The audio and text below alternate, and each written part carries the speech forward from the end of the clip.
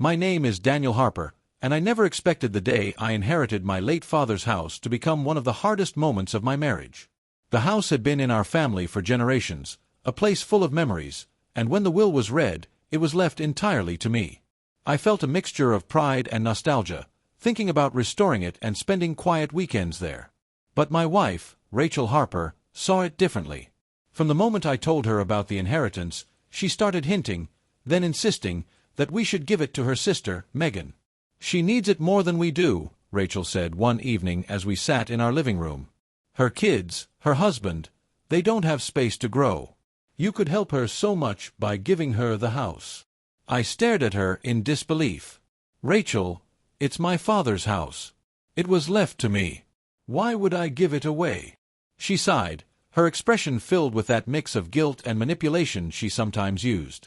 "I'm not saying take it lightly, Daniel. I'm just saying, think of her. You'd be helping someone who really needs it." I felt cornered. Her words were so calm, so reasonable sounding, that it almost tricked me at first. But something in me refused to bend. This wasn't charity, it was my inheritance, my memories, my life. Over the next few weeks, Rachel persisted. Every conversation, every argument about finances or family responsibilities, she circled back to the house. "Megan's family really struggles," she said one evening while we were cooking dinner. "Wouldn't it feel better to give it to someone who actually needs it?" I remained silent at first, hoping she would drop the subject, but the pressure mounted. Finally, I had to draw a line. "Rachel," I said firmly one night, after another attempt to guilt me into signing over the deed, "this is my father's home. It's part of my family, my history. I can help Megan in other ways, financially or otherwise, but this house is not negotiable." She frowned, clearly frustrated, but I held my ground. "I'm not being selfish. I'm protecting something that matters to me. You need to respect that." Rachel didn't reply immediately. Instead, she left the room, slamming the door. For the first time, I realized that insisting I give up my inheritance wasn't about Megan, it was about control.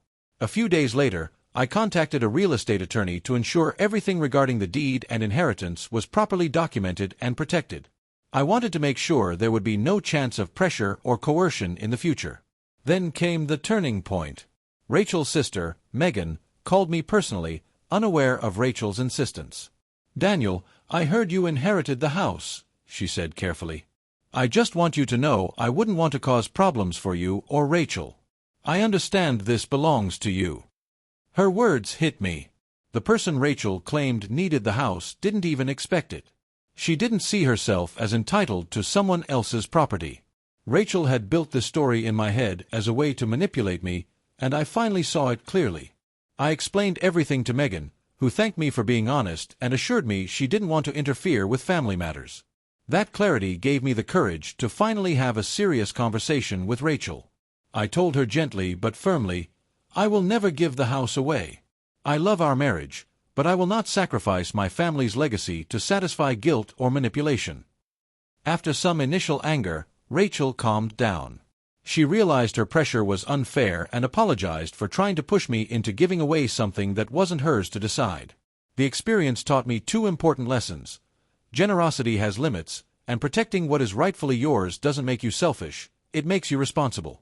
I could still help her sister in meaningful ways, but I would not compromise my inheritance, my memories, or my boundaries. In the end, the house stayed with me, and our marriage survived, not because I gave in, but because I communicated clearly and stood firm in my convictions.